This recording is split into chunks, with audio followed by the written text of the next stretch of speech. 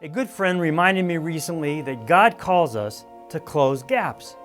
Relational gaps, aspirational gaps, the gap between letting our yes be yes and our no be no. And the biggest gap of all, the gap between us and God.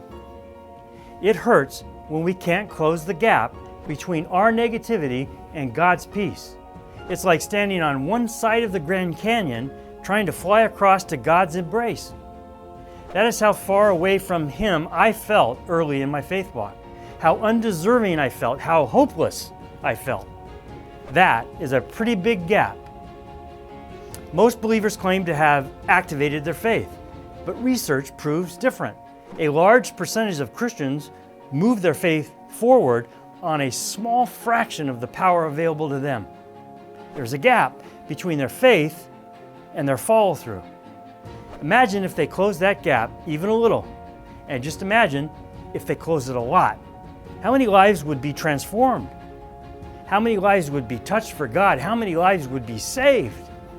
How much pain would be avoided? How many relationships healed? Kids impacted?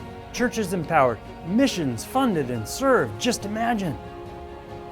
We can and must close the gap between who we are in our faith walk and who God wants us to be. It is never about how far away from God we feel, and always about His promise that no gap is too big for Him to bridge. God is the great gap filler. How about you? What gap does God want you to fill today? For more Love God, Fear Nothing messages, go to markaffleck.com.